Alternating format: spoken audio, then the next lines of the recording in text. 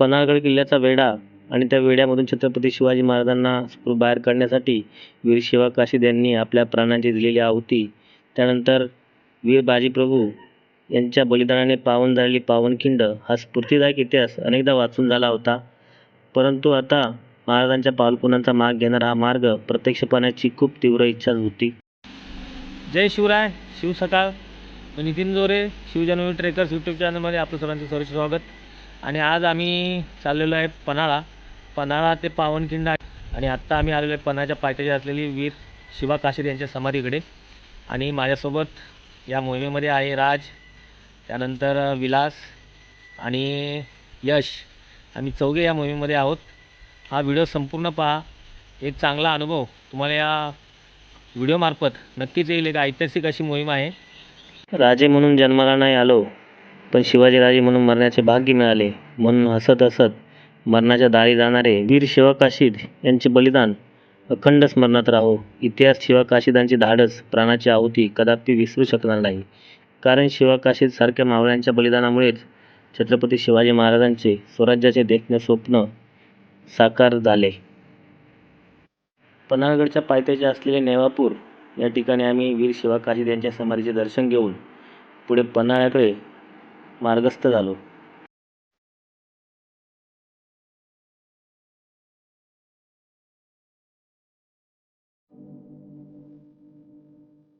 पन्हाळ्याच्या प्रवेशद्वारापाशीच असणारा हा शिवा काशीद यांचा आवेशपूर्ण पुतळा आहे. आज किल्ल्यावरती धुकं मोठ्या प्रमाणात आहे. पावसाचं वातावरण आहे. पाऊस पडतोय संततधार गेल्या अनेक दिवसापासून, त्यामुळे स्पष्ट दिसत नसेल, परंतु शिवा काशीद यांचा आवेशपूर्ण हा पुतळा आहे. या मोहिमेतील प्रेरणास्थान म्हणजे बाजीप्रभू आणि त्यांच्या चेहऱ्यावरचा करारीपणा या पुतळ्यात हुबेहूब उतरवलाय. दोन्ही हातात शमशिरी घेऊन लढणारे बाजे पाहिले की आपोआप आपल्या शरीरामध्ये स्फुरण चढते. दोन्ही पुतळ्यांचे दर्शन घेऊन आम्ही राजदिंडी मार्ग या ठिकाणी येऊन पोचलो. तेजोमय पावनखिंड संघर्ष इथूनच होते मोहिमेची सुरुवात. आणि या पावनखिंड मोहिमेची सुरुवात मी आता बोलल्याप्रमाणे त्या राजदिंडी मार्गाने इथूनच सुरुवात होते. पन्हाळगड किल्ला पाहून आता आपण पावनखिंडकडे चालायला सुरुवात करणार आहोत. आणि ही पन्हाळगड किल्ल्यावरचा हा राजदिंडी दरवाजा, आणि इथून ज्या मार्गाने छत्रपती शिवाजी महाराज पन्हाळ्याच्या वेढ्यामधून बाहेर पडले आणि पावनखिंडीच्या दिशेने गेले, तो हाच राजदिंडी मार्ग आहे. आणि याच मार्गाने आपण पावनखिंडीकडे जाणार आहोत. तिथे त्या संदर्भात असलेली माहिती वन विभागाने या ठिकाणी फलक लावलेला आहे. त्या संदर्भात असलेली सर्व माहिती, त्या परिसराची माहिती या ठिकाणी दिलेली आहे.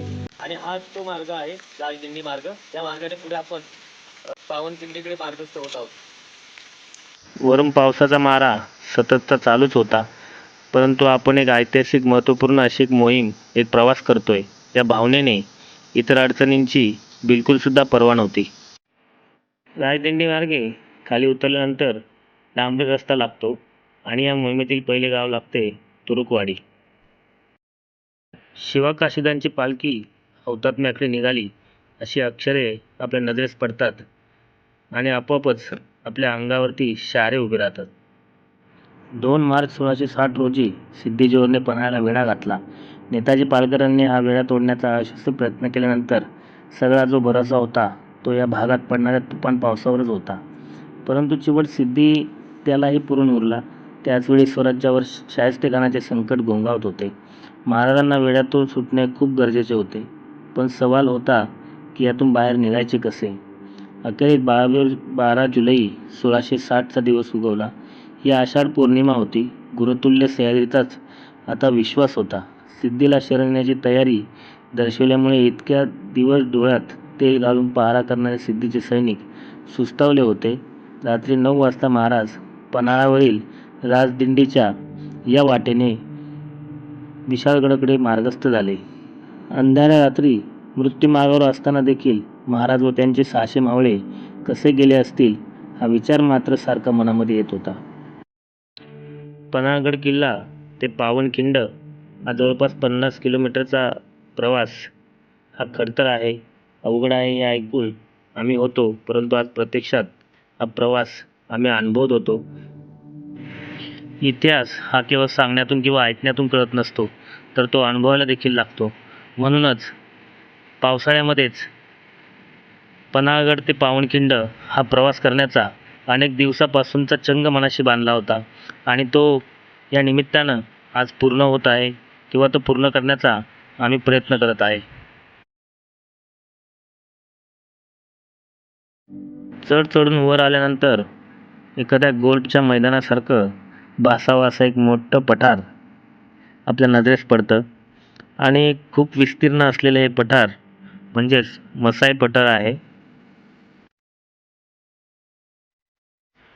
मसाईचे पठार 7-8 किलोमीटर लांब पसरलेले आहे आणि याची साधारण रुंदी ही 1.5 ते 2 किलोमीटर एवढी आहे.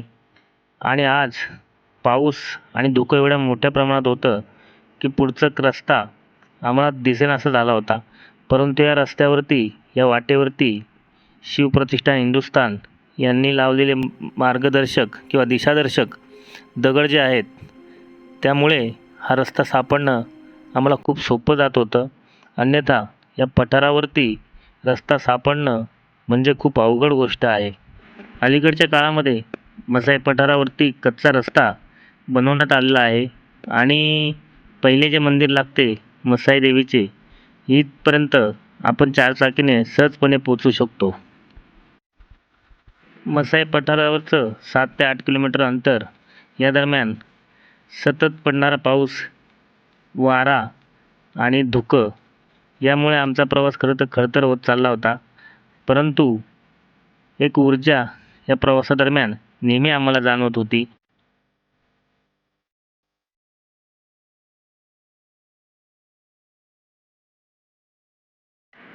सकाळपासून चालल्यानंतर हा एक खरा तर एक विश्रांतीचा भाग होता, मसाई मंदिर. परंतु या ठिकाणी पूर्णतः चिखल होता आणि काही गावकरी या ठिकाणी देवीच्या पूजेसाठी देखील आले होते. आम्ही त्यांना विचारून या ठिकाणची काही माहिती घेतली आणि देवीचे दर्शन घेऊन आम्ही पुढच्या प्रवासाला सुरुवात केली.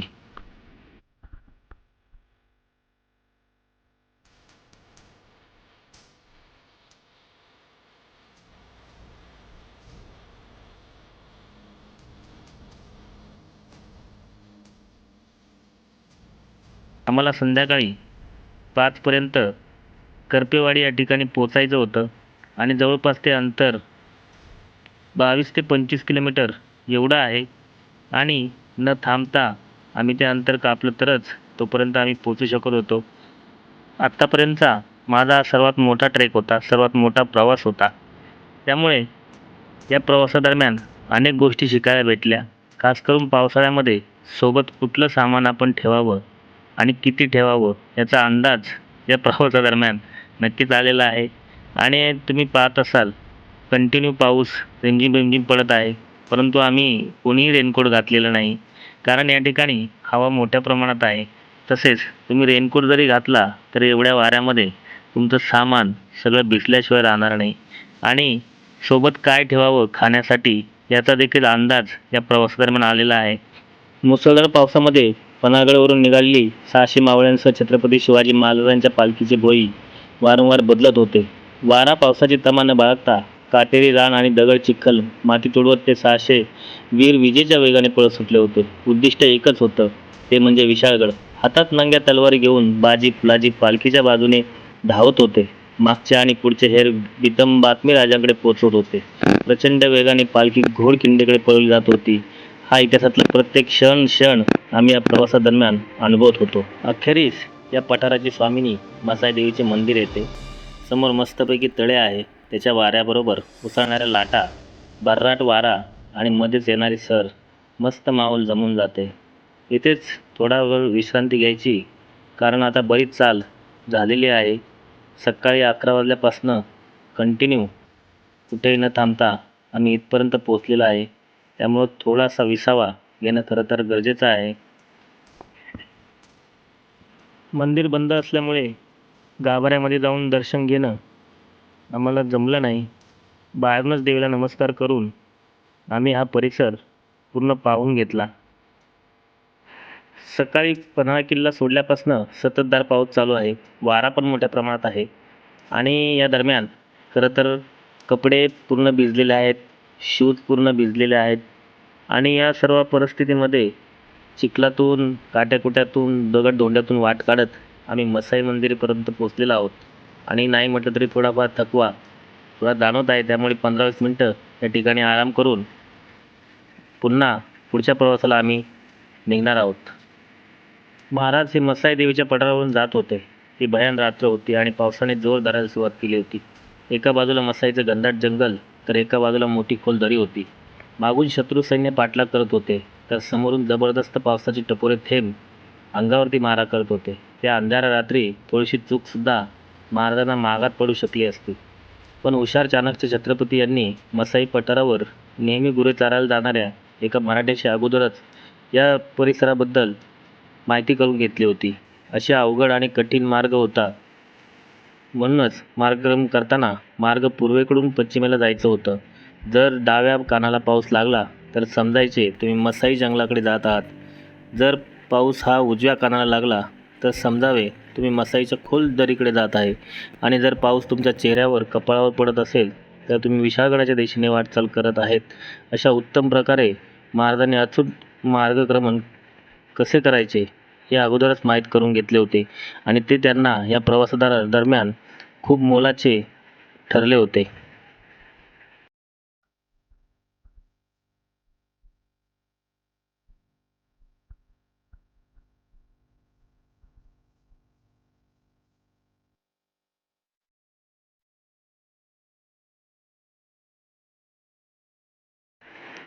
प्रवासादरम्यान पुणे मुंबईवरून आलेले अनेक ग्रुप आम्हाला भेटले. परंतु सर्वांना मागे टाकत आम्ही हा प्रवास जलद गतीने करत होतो. कारण आम्ही सकाळी उशिरा सुरुवात केली. बाकी सर्व ग्रुप पहाटे 6 ते 7 वाजता सकाळी हा प्रवास चालू करतात. परंतु आम्हाला पन्हाळा सोडायला 11 वाजले होते. त्यामुळे प्रवास पटापट उरकणं या पलीकडे आमच्याकडे दुसरा कुठलाही पर्याय नव्हता. मसाई देवीच्या मंदिरापासनं जवळपास पाऊण तास पायपीट केल्यानंतर कुंभारवाडी हे गाव लागतं.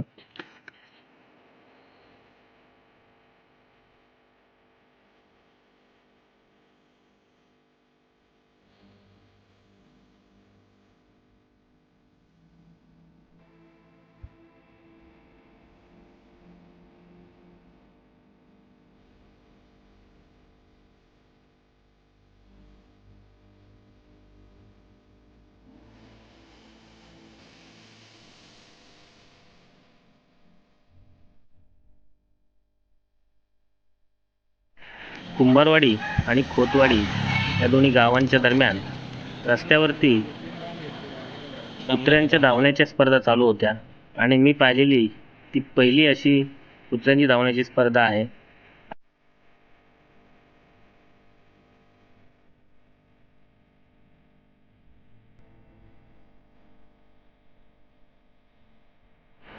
कुंभारवाडी सोडल्यानंतर 2 किलोमीटरच्या अंतरावरती ही खोतवाडी आहे आणि या ठिकाणी थोडंसं बिस्किटे वगैरे असं सुक्का खाऊ आम्ही या ठिकाणी खरेदी करून पुढच्या प्रवासाला सुरुवात केली.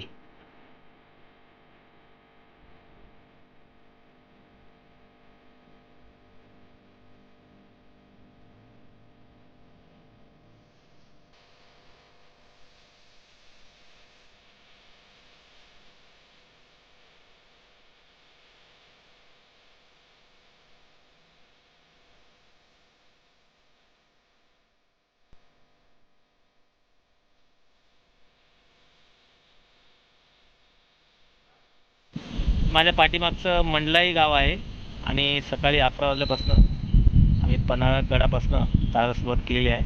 नॉनस्टॉपपर्यंत पोचू आणि आम्हाला तर्फेवाडीला पोचायचं आहे. तर्फेवाडी अजून अर्धा तासाचं अंतर बाकी आहे. थकवा थोडासा आलेला आहे परंतु जोश अजूनही कायम आहे. आणि माझ्याबरोबरचे नवीन ट्रेकर आहे. लाख मेले तर चालतील पण लाखांचा पोशिंदा जिवंत राहायला हवा असं सांगून महाराजांना विशाळगडाकडे मार्गस्थ करणाऱ्या बाजी प्रभूंचा रणसंग्रहाला सुरुवात केली. रक्तरंजित इतिहास ज्या पावनखिंडीमध्ये घडला 5 वाजता तर्फेवाडीमध्ये पावनखिंड हा दुसरा जलद प्रवास आपण पाहायला विसरू नका. श्वास दुसऱ्या व्हिडिओमध्ये आम्ही घेतला आहे. हा प्रवास कंटिन्यू आपल्याला पाहायला भेटेल. प्रवास सततचा पाऊस वारा हे सगळं सहन करत जवळपास 24 ते 25 किलोमीटरचा प्रवास खूप अनुभव देणारा होता. सोबतचे सहकारी अक्षरशः थकले होते. त्यामुळे करपेवाडीमध्ये जेवण करून या ठिकाणी मुक्कामाचा आमचा बेत होता. अशा प्रकारे पहिल्या दिवसाचा आमचा प्रवास पूर्ण झालेला आहे आणि पुढच्या भागामध्ये दुसऱ्या दिवसाचा प्रवास आपण पाहायला विसरू नका.